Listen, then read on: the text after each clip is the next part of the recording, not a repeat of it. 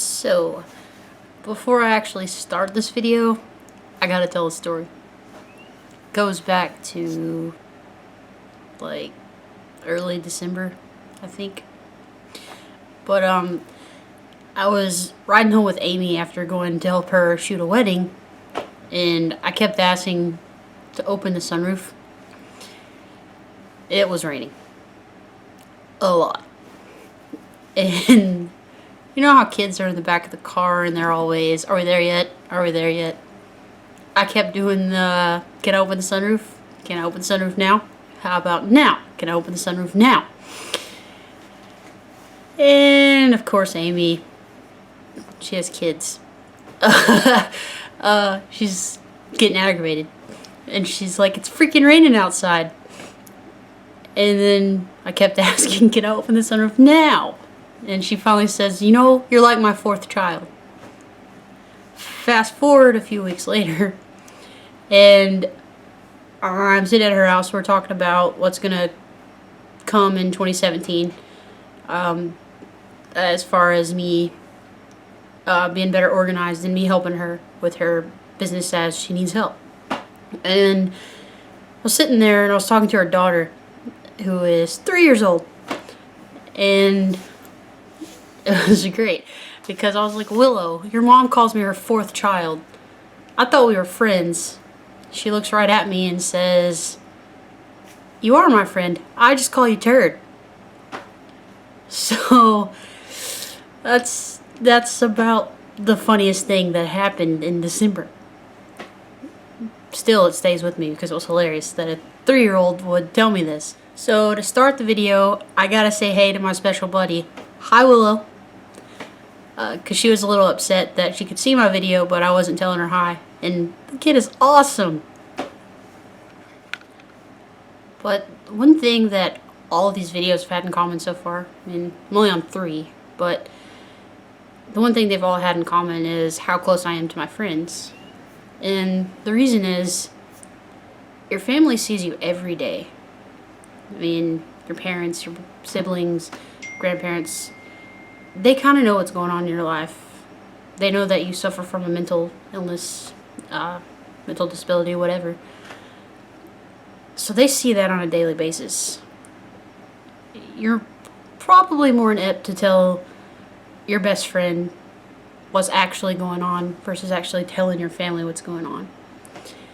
Which was true in my case. My parents knew I had anxiety. They knew I was depressed.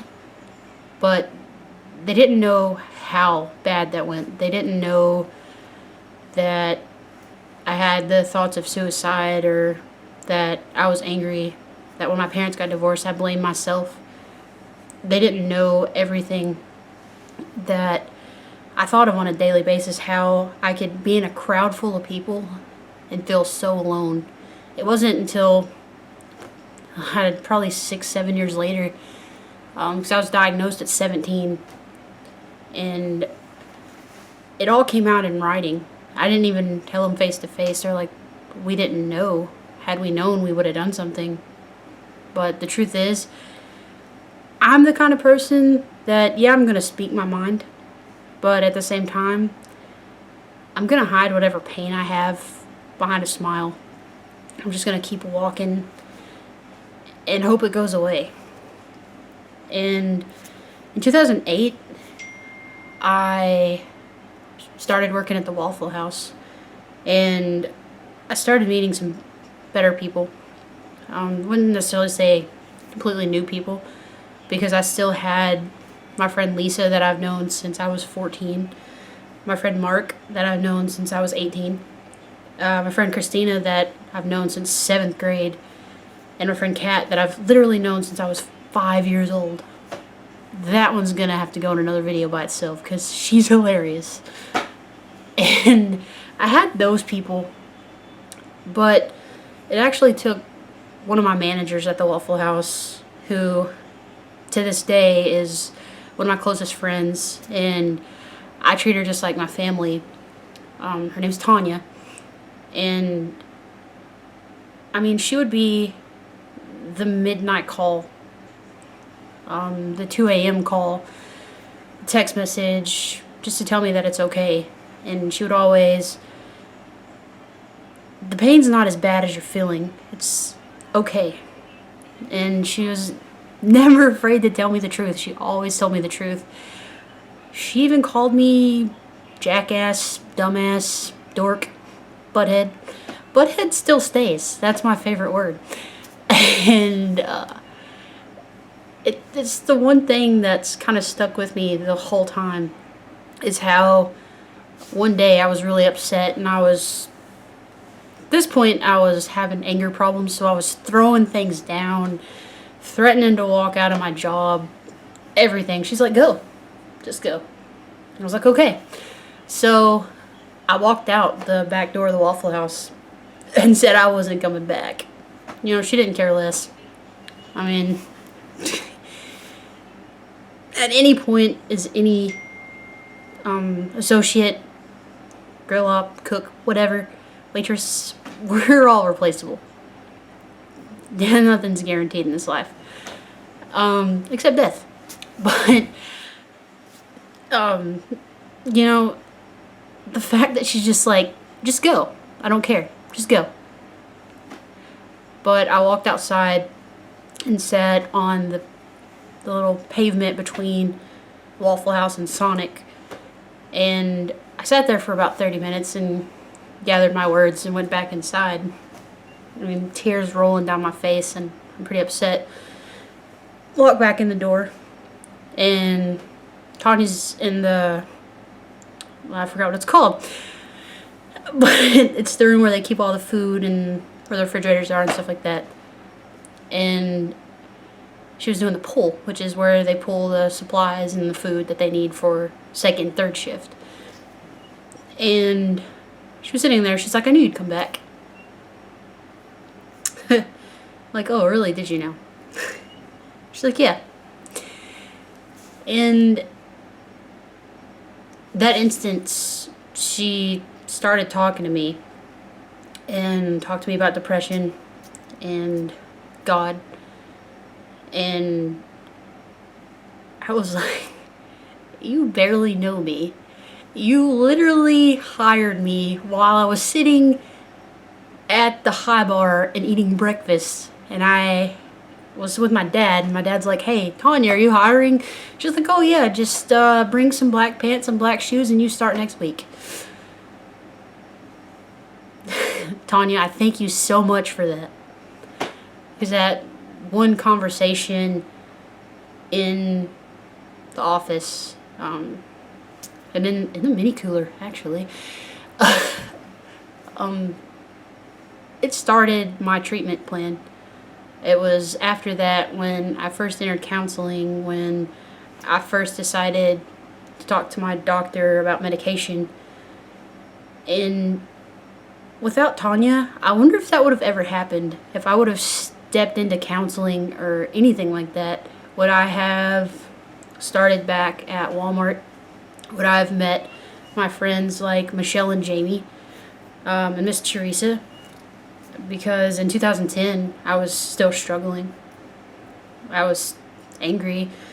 I wouldn't leave the house without my medication in my back pocket. And Jamie and Michelle knew that. Teresa knew that. But they kind of, let's go off the floor and talk a little bit. Let's not be on the floor. You're having a meltdown? Let's take it to the back room. We'll sit down, we'll talk. We'll let you chill out for 20 minutes, 30 minutes. We'll let you calm down. And they kind of respected that.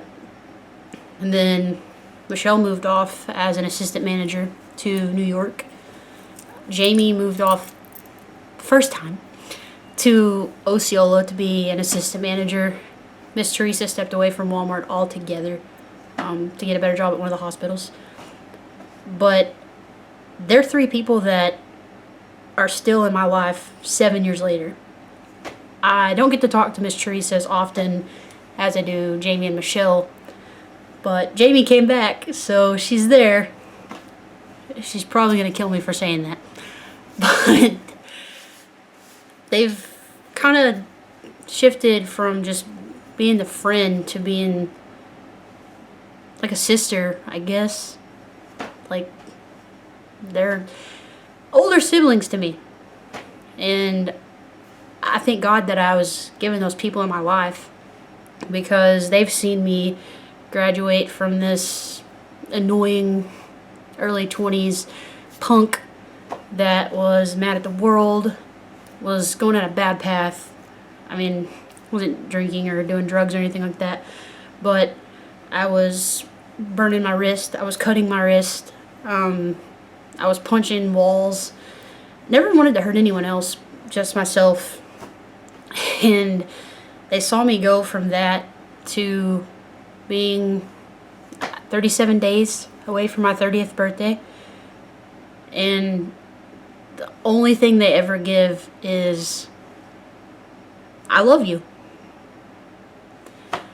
They're like, no matter what happens, you're going to stay on this good path. You are going to be stronger than the anxiety, the depression, and it's all going to be behind you. And I'm thankful for that. And that's what I'm going to show this year, is how you can go from this broken soul, shell almost, to where you're empty inside, to having the most amazing people, the most amazing life around you, to where, oh, that obstacle's in my way, oh, I'm still gonna run face first into it. That's just me. I mean, a good example of that is like the Olympic runners with the hurdles, and they're running full speed, trip over the hurdle, face first into the dirt. That still happens to me. I'm clueless, I'm clumsy, but I know now that people love me. Jessica Andrews quote, look at that. And I'm not afraid of the future anymore. And I don't fear the past haunting me anymore. And that's why 2017 is going to be awesome. Because for every person that watches this video, I hope it inspires them. I hope the ones with mental illness reach out to a friend, a family member, or they just walk into a mental health place like Mid-South here and say, I need help. I don't want you to be afraid. Stand tall. And know, as I've said so many times, that you're not what has happened. You're what is gonna happen. And for every time you fall, God's gonna catch you. Your friends are gonna catch you. And just keep your head up, and let's fight for 2017. Let's fight to end the stigma attached to mental illness, because you can do it. We can do it together. And I have all the faith that we can. So here we go.